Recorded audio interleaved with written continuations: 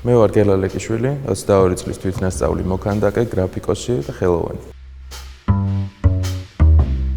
ეს ფირფიტები ყველა არის სათითაოდ დაჭრილი და გამზადებული და შემდეგ ისევ სათითაოდ არის დამაგრებული ამ უკვე აწყობილ კარკასზე. ქანდაკების კეთების პრინციპი სრულიად დარღვეულია. ორ საყრდენზე არის ჰაერში აგებული მთლიანი მონუმენტი. 15 წუთში შეიძლება რომ დაიშალოს და ამავდროულად დაიწყოს ეს ქანდაკება. იდეური მნიშვნელობით დატვირთული ავტორისეული ტექნიკით შესრულებული 4.5 მეტრის სიმაღლის მონუმენტური ქანდაკება უკანასკნელი ორთაბრძოლა ახალგაზრდა თვითნასწავლი ხელოვანის გელა ლეკიშვილის მთავარ ნამუშევარს წარმოადგენს.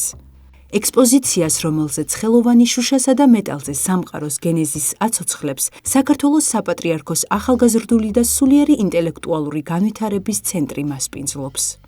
მუშაობას ვიწყებდი ძალიან ადრე, დილით ალბათ 7-8 საათიდან უკვე ყველანაირად მზად ვიყავი და უკვე სამუშაო პროცესში ვიყავი ხოლმე. იმდენად პოზიტიური იყო მაშინ ჩემი განწყობა, თან ისე მაბედნიერებდა ეს ურთულესი პროცესი, რომ საჭმლის ჭამაც აღარ მახსენდებოდა ხოლმე და დედაჩემი ცდილობდა, რომ ესე არ დავსნეულებულიყავი და ეს ენერგია აღმედგინა ხოლმე. მაგრამ ქანდაკებაზე მუშაობა, როგორც ტექნიკური თვალსაზრისით, ისე იდეურად ძალიან რთული იყო და რამდენჯერმე მქონდა ისეთი ეტაპიც, რომ თქვი, მეთქი უკანასკნელ ორთაბრძოლას აღარ გავაგრძელებ, მაგრამ ეს პაუზა ცოტა ხნიანი აღმოჩნდა და საბოლოოდ ისე გავძლიერდი შევივსე ენერგიით და მოვიყვანე აქამდე და დავასრულე ნაკეთობა. ახალგაზრდა ხელოვანი ქანდაკებებით 2 წლის წინ დაინტერესდა. როგორც თავად ამბობს, ყველა იდეა, რომელიც მის გონებაში ჩნდება, მიზნად იქცევა. მიზანი კი შედეგად. სწორედ ასე დაიბადა მოქანდაკეობის სურვილი და დაიწყო მისი შემოქმედებითი ცხოვრება.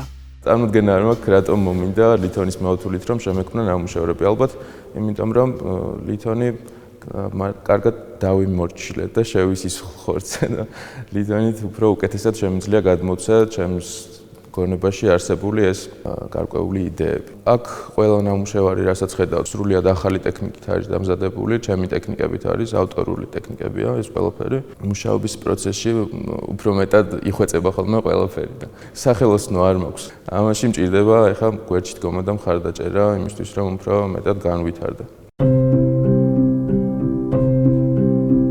ოქროსფერი ელვა, შინაგანი ძალა, ბალანსი, თავისუფლება, სამოთხის ნაწილი, სიცოცხლის ხე, მშვიდობის ანგელოზი. ამ ნამუშევრებთან ერთად გამოფენაზე საქართველოს ისტორიის მინიატურულ რუკამემატიანესაც იხილავთ და ლითონის მავთულებისგან შექმნილ ვეფხისტყაოსანსაც გადაფურცლავთ.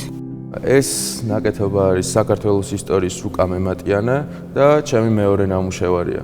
ნაკეთობა გადმოსცემს ჩვენი ქვეყნის ისტორიას ძველი წელთაღრიცხვის მე-13 საუკუნიდან 2025 წლის ცხელ ამბებამდე.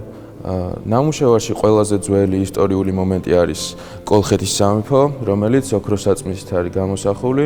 როგორც უკვე გითხარით, ჩემი ყველა ნამუშევარი ფუნქციურია და ამ ნაკეთობაში ფუნქციური არის შოთა რუსთაველის გენიალური პოემა ვეფხისტყაოსანი, რომელიც იფურცლება და ერთ მხარეს აფორიზმები და მნიშვნელოვანი მომენტები არის, მეორე მხარეს კი ილუსტრაციებია. ასე გამოიყურება ეს წიგნი და კიდევ ხევსურეთში ქარქაშიდან ხმალი ამოდის და ისევ თავის ადგილს უბრუნდება.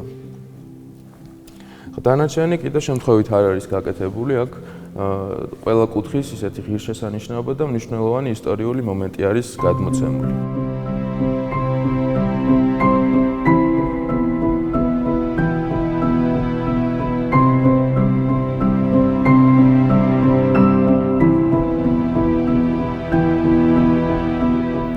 შემოქმედებითი წლების სიმცირის მიუხედავად, დამწყები ხელოვანის საშემსრულებლო ტექნიკა მრავალფეროვნებით გამოირჩევა. ეს ნამუშევარიც სრულიად ავტორული ტექნიკით არის შესრულებული. ძალიან საინტერესო ტექნიკა არის, იმიტომ რომ გრაფიკაში არის შუშაზე ამოკაწრული ალმასით და შემდეგ დამუშავებული არის ისე, რომ სამუდამოდ დარჩეს ასეთი ეფექტი, როგორიც ეხლა აქვს.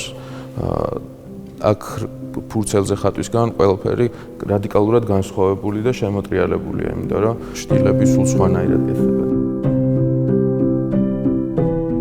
საქართველოს საპატრიარქოს ახალგაზრდული და სულიერი ინტელექტუალური განვითარების ცენტრში ახალგაზრდა ხელოვანის გელა ლეკიშვილის ნამუშევრების გამოფენა ჭყონდიდელი მიტროპოლიტის სტეფანეს ლოცვა-კურთხევით გაიმართა.